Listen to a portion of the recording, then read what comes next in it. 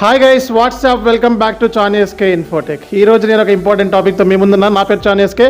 మీరు కనుక నా వీడియోస్ నచ్చినట్లయితే వెంటనే షేర్ చేయండి, సబ్స్క్రైబ్ చేయండి, అలాగే మరిన్ని వీడియోస్ కోసం చూస్తూనే ఉండండి. సో ఈ రోజు టాపిక్లో వెరీ ఇంపార్టెంట్ విషయం మీతో షేర్ చేసుకుంటున్నాను. అసలు ఎస్ఏపి జాబ్ అనేది ఈజీయా కష్టమా అని one of my YouTube subscriber question అడిగాడు. సో దీనికి సంబంధించి మనకి ఈరోజు ఇన్ఫర్మేషన్ షేర్ చేసుకుంటే చాలామందికి హెల్ప్ అవుతుంది. అలాగే ఎస్ఏపిలోకి స్విచ్ ఆన్ అవుదాం అనుకున్న స్టూడెంట్స్ ఎంతమంది అయితే ఉన్నారో వాళ్ళందరికీ కూడా ఈ వీడియో అనేది రీచ్ అవ్వాలి అండ్ హెల్ప్ అవ్వాలి అన్న ఉద్దేశంతో ఈ వీడియోని తయారు చేస్తున్నాను.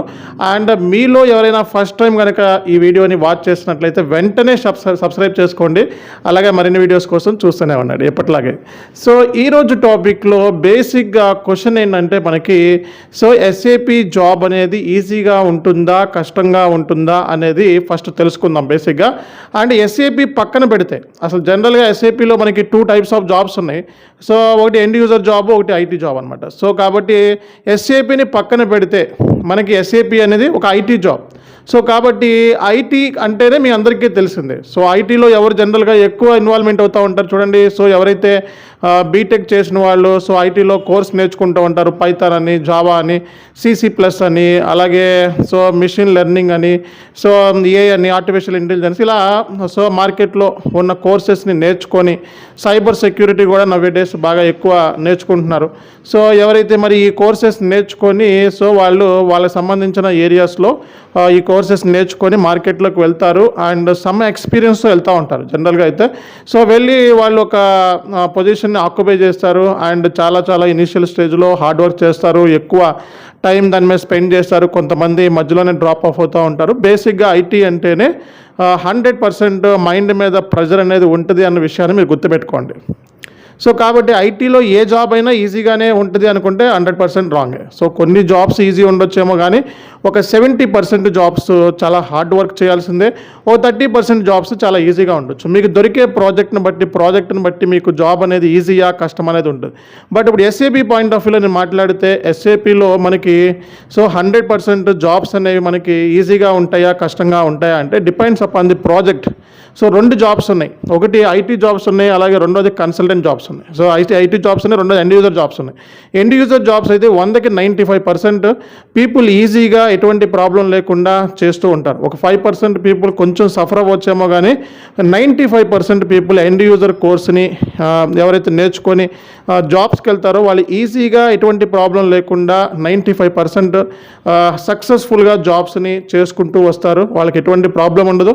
ఇనీషియల్ స్టేజ్లో సఫర్ అవుతారు బట్ ప్రాబ్లం ఏమి ఉండదు. అదే కన్సల్టెంట్ మనం చూసుకున్నట్లయితే సో 100కి దగ్గర ఒక 60% పీపుల్ జాబ్స్ మనం చేయగలుగుతారు, 40% మధ్యలోనే డ్రాప్ అవుతారు. సో ఆ డ్రాప్ ఆఫ్ లిస్ట్లో మీరు కూడా ఉండొచ్చు. అది మల్టిపుల్ రీజన్స్ అనమాట. సో ఎస్ఏపి ఐటీ అంటేనే కొంచెం మనకి ఆలోచించాల్సిన విషయం ఏంటంటే ఎస్ఏపి ఐటీ అంటేనే ఇన్నోవేషన్ అంటే టెక్నాలజీ. కాబట్టి 100% మరి ఆ కైండ్ ఆఫ్ మన దగ్గర స్టఫ్ ఉందా లేదా అని కోర్స్ చూస్ చేసుకున్నప్పుడే జాయిన్ అవ్వాలి. అంతేగాని బేసిక్గా మనం ఎవరో ఫ్రెండ్ చెప్పారనో లేకపోతే పక్కన వాళ్ళు ఎవరో దాంట్లో 10 లక్షలు జాబ్ చేస్తున్నారనో ఇంకోళ్ళు చూసో మీరు మోటివేట్ అవ్వకండి. ఫస్ట్ మీరు ఆ స్కిల్ సెట్ మనకి ఉందా లేదా. సో స్కిల్ సెట్ ఏంటి సో ఐటీలో మనకు కావాల్సిన స్కిల్ సెట్ ఏంటి అంటే సో ఎప్పటికప్పుడు న్యూ థింగ్స్ని నేర్చుకోవటం మీద ఇంట్రెస్ట్ చూపించాలి. అంటే సో కోర్స్ అనేది అయిపోయిన తర్వాత కూడా కొత్త అప్గ్రేడ్స్ అవన్నీ నేర్చుకునే దాని మీద ఇంట్రెస్ట్ ఉండాలి, టెక్నాలజీ మీద ఇంట్రెస్ట్ ఉండాలి. అండ్ ఐటీలోకి స్విచ్ ఆన్ అవుతున్నాం కాబట్టి 100% మనం హార్డ్ వర్క్ చేయగలిగితేనే మనం ఈ కోర్సెస్ని పిక్ చేసుకోవాలి. అంతేగాని సో ఎవరో ఫ్రెండ్ చెప్పారనో లేకపోతే ఇంకెవరో చెప్పారని చెప్పి కోర్సులో జాయిన్ అయిన తర్వాత ఆ స్టఫ్ని అందుకోలేక కోర్స్ డ్యూరేషన్ టైంలోనే స్టఫ్ని అందుకోలేక చాలామంది సఫర్ అవుతూ ఉంటారు. కాబట్టి కోర్సు చూస్ చేసుకున్నప్పుడు ఈజీ కోర్స్ అయితే ఎండ్ యూజర్ చూస్ చేసుకోండి.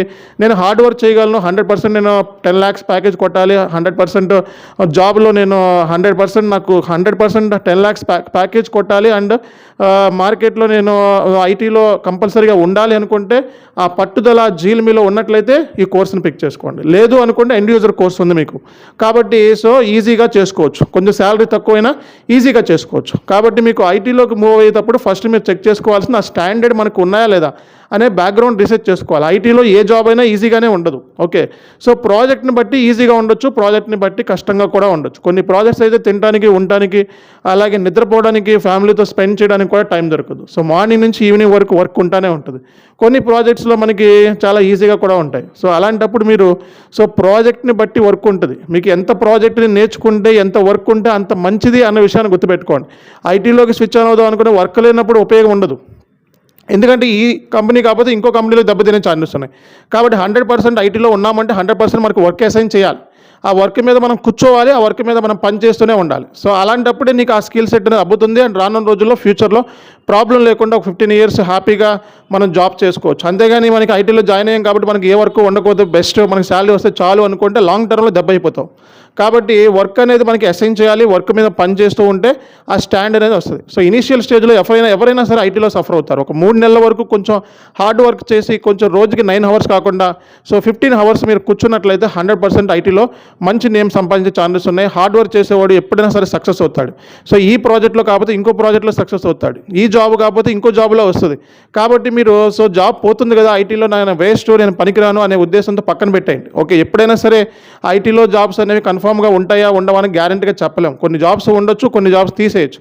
కాబట్టి మీరు తీసేసినా ఉంచినా అన్ని రకాలుగా మీ మైండ్ సెట్ని రెడీ చేసుకోండి. ఇది ఏమి గవర్నమెంట్ జాబ్ కాదు.